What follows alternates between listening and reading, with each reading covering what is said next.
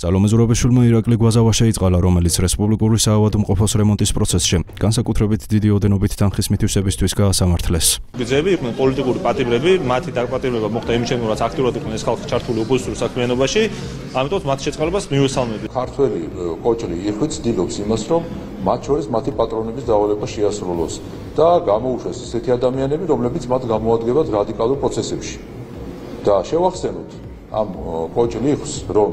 ის რომ ამდენ ადამიანს იწყალებს, მას ვინ შეიწყალებს 29 დეკემბრის მერე ამასაც ვნახავთ, იმიტომ რომ იქცევა ისე, რომ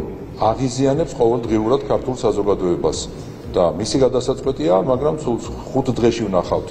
რომ ის ადამიანები, ვინც დღეს აქებენ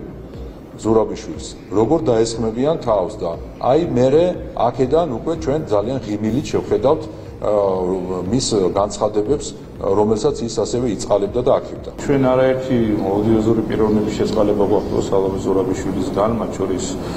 კრიმინალების, ოპოზიციის ლიდერების, იმ ადამიანების, ვინც სამართლო გადაწყვეტილებები დადასტურებულად და მათ შორის იგივე გვარამიას შემთხვევაში შეგვიძლია საზოგადო სასამართლოდ კი მოვიშველიოთ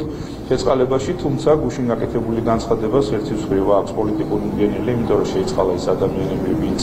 ოპოზიციასთან არიან პირდაპირ დაკავშირებულები და ეხმარებოდნენ ოპოზიციას, მათ შორის აჭარაში ძალადობრივი აქციების ორგანიზებაში იყვნენ, არაერთხელ მხილებული ასეთ დანაშაულში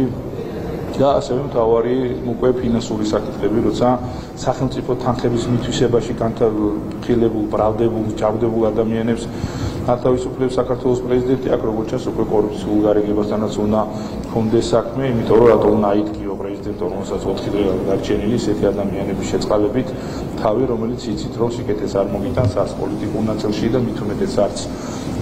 ბიუჯეტის ქუდი ადამიანების შეწყალებაში, ეს იმას ნიშნავს, რომ ამას ჰქონდა როგორც პოლიტიკური მდგენელი კონკრეტული ადამიანების შეწყალების ნაწილში, ასევე როგორც ჩანს გარკვეული კორუფციული გარიგებები. თუკი რაიმე უბედურება შეიძლება ადამიანმა იკადროს, სალომე ზურაბიშვილი ყველაფერს ცდილობს, რომ მაქსიმალურად ამ რამდენიმე დღის განმავლობაში ყველაფერი იკადროს და გააკეთოს. ახლა ჩვენ არ უნდა დაგვავიწყდეს, ხო, ვინ არის სალომე ზურაბიშვილი, რომელმაც შეიწყალა და პირდაპირ, რა ვიცი, წაახალისა ძალადობა და მე გვიკვირს, რატომ ხდება ძალადობა, ხო? სალომე ზურაბიშვილი, რომელიც პირდაპირ უნდა გმობდეს ზოგადად ძალადობას და პირიქით წაახალისა და შეიწყალა ადამიანი, რომელმაც პოლიციელებს ესროლა მოლოტოვის კოქტეილი და ცოცხლად წვავდა ახალგაზრდა ხალხს, ხო? წარმოუდგენელია. აი ეს არის ამ ადამიანის სალომე ზურაბიშვილის რეალური სახე.